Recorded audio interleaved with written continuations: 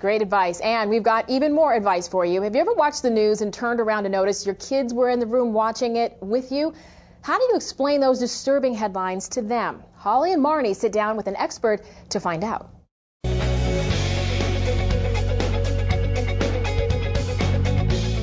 There are so many disturbing stories on the news today that it's nearly impossible to shelter our kids from everything. When do we share the news, and how do we do it when it's appropriate? We sat down with an expert and asked those questions.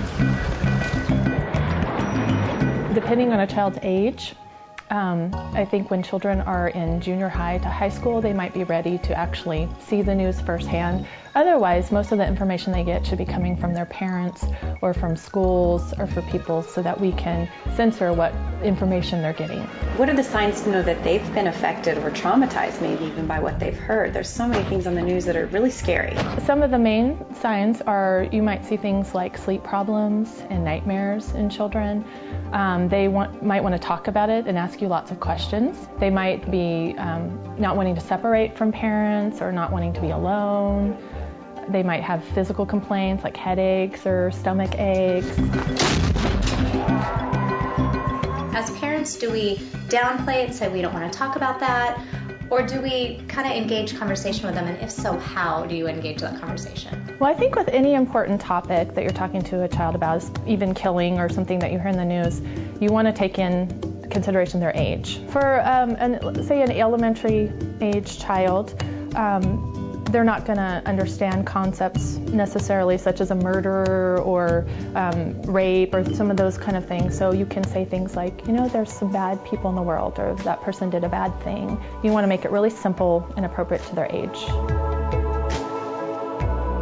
As parents, how can we assure our children that they are secure and safe?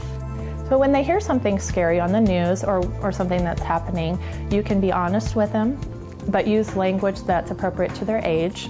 We don't have to give them all the information, just a little bit that they might need to know. Allow them to talk about it. They're going to ask lots of questions, whether it's over and over again. Allow them to express their feelings. That could be through art, such as drawing. Provide them lots of reassurance. Tell them how you're keeping them safe. Tell them how people in the community, like firefighters and policemen, are keeping them safe. Allow them to be active and do their part. Maybe that's if it's something like, say, like a Katrina hurricane, allow them to write letters to victims.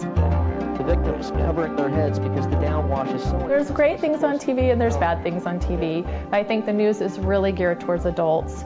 And so I would encourage parents to not think that they have to use the news as a way to teach their children about what's going on in the world. And to, yes, turn the news off, but to have those open discussions with them regularly. When children are in high school, they might be ready to sit down and watch the news, but again, as a parent, you'd want to sit down with your child, watch it with them, and then discuss what they're seeing. Sounds like there are some appropriate times to share some bad news. But the news needs to come from you, a loving parent, not the TV.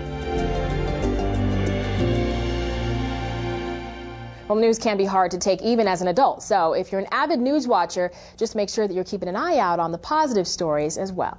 This has been Better.tv. For more stories like the one you just saw, catch the weekday television program Better, your source for styles, trends, relationships, beauty, fitness, and other stories that will help make your day better. Check local TV listings to see if Better airs in your city. Thanks for watching.